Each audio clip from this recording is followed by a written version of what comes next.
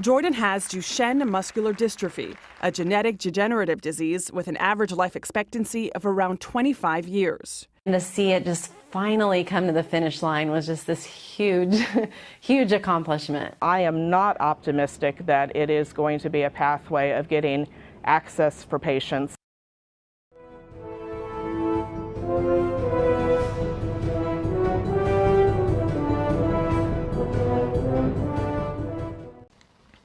So this past week, President Trump was able to pull off a not so small thing, something libertarians have been calling for a long time.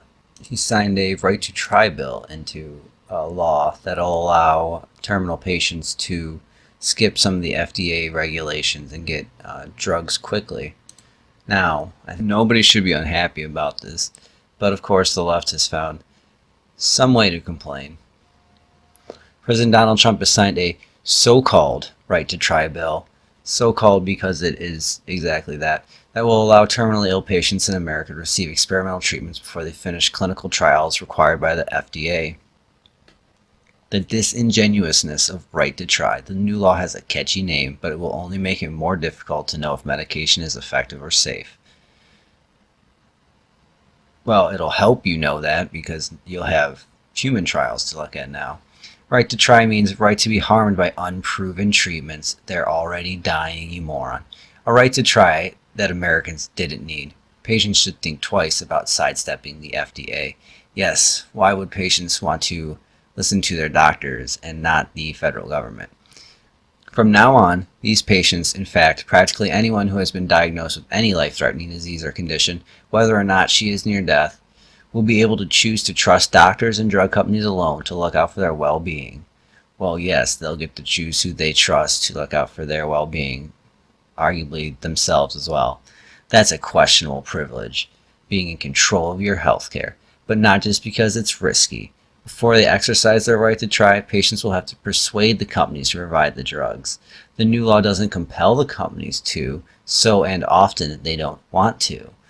Indeed, this, not FDA red tape, has been the main reason that people have had trouble getting a hold of experimental medicines. So it's better we leave the FDA red tape in, or we craft a bill that tells drug companies what they have to do.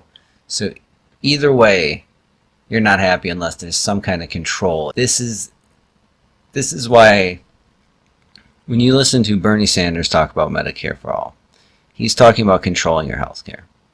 When Democrats talk about single-payer systems, they're talking about taking control of your health care. They want the FDA to be able to stand in your way. They think it's a questionable privilege for you and your doctor to be able to make decisions about your terminal disease. It's insane. Trump did a very good thing passing this bill. This was a big win for him, and neither side can seriously argue about this, which is why most of these articles are like half a page long, and they hit the same points. The drugs might not be safe or effective. They might be harmed by them. The corporations might not fork them over. That's about the depth of the argument against this, and it's really unconvincing. But yeah, that's something else. You think there'd be some bipartisanship on people making their own decisions about terminal illness, but not from the left. We are the Republic's walls. Come and take it.